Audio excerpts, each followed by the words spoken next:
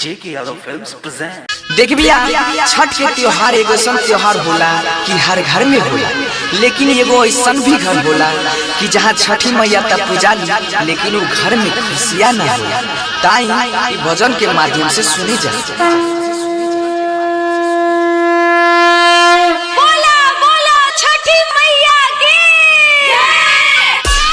JK Yadav Films.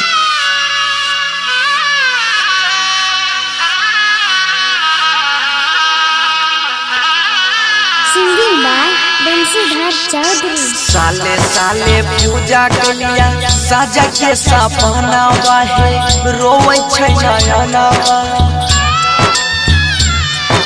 साले साले पूजा के लिया साजा के सपना है, रोवे छै नयना। लालनवा बिना सोना लागै छै अननमा, लालनवा बिना सोना लागै छै अननमा। हे मोरी मैया, हे छठी मैया, हमारा न चाहिए न धनमा। हे छठी मैया, हमारा न चाहिए न धनमा। लालनवा बिना सोना लागै छै अननमा, लालनवा बिना सोना लागै छै अननमा। डीजे विकास, डीजे विकास। मटियार Kala Sitamarhi, Matiyar Kala Sitamarhi. JK Yadav Films. Singing by Bansidhar Chaudhary. बेटिया बझनिया फेरी दाना गरिया, भेलै कबहना कसूर हे। मन सब पुराई दा हमर हे छठी मैया, सुपवा चढ़ई बाजर त कहिया मैया पुरतै मोरा या मनमा।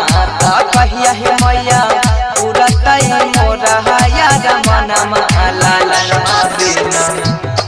लालनवा बिना सोना लागै छै अननमा, लालनवा बिना सोना लागै छै अननमा।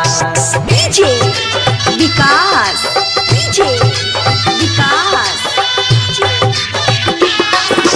मटियार Kala Sitamarhi, Matiyar Kala Sitamarhi. JK Yadav Films. Singing by Bansidhar Chaudhary. रही के उपास माई करै छिया पूजा, सुनिला नदी नहावा के दुख हे। घरवा के लोग सब महारै छै ताना, कहिया पैया चहारा के सुख। ता सोनू सिंह बनसी के मनीला कहनमा, ता सोनू सिंह बनसी के मनीला कहनवा। लालनवा बिना सोना लागै छै अननमा, लालनवा बिना सोना लागै छै अननमा।